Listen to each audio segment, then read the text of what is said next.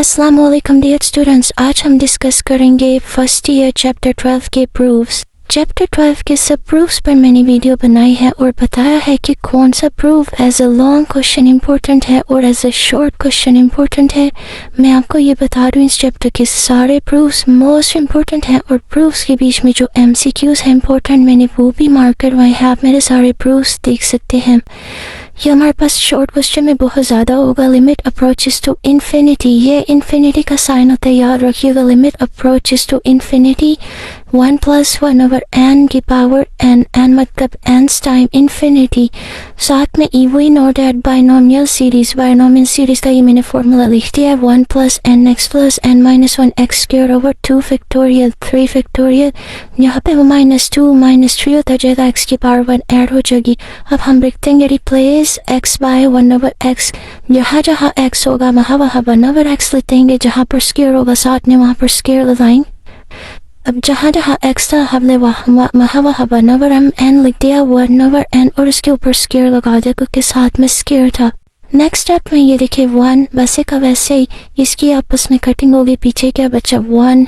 ये 1 over 2 factorial separate कर दिया n -1 और ये n put up square open किया n स्क्वायर आ गया 1 over 3 factorial separate n -1 n -2 और इस पर अब स्क्वायर आ जाएगा तो ये n3 हो जाएगा। हमने इसको ऐसे लिख दिया n एक ही बात हो गई।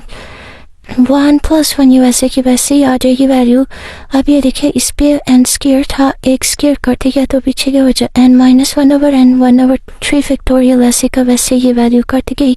पीछे क्या बचा n -1 over n -2 over 2 plus ये इन्फिनिटी, ये वाली वैल्यू वैसे की वैसे ही n कट गया 1 -1 over n कट गया 1 -1 over n, ये भी n कट गया 1 -2 over n। अब ये देखें, अब हम फिर करेंगे apply limit as n approaches to infinity. ये बात उन्होंने हमने प्रूव में दी थी, n अप्रोच कर रहा है इन्फिनिटी को, इसका मतलब 1 over इन्फिनिटी जो है वो 0 के इक्वल है। इन्फिनिटी मतलब n का मतलब भी हम इन्फिनिटी को शो कर रहे हैं, n टाइम की वैल्यू चलती जा रही है।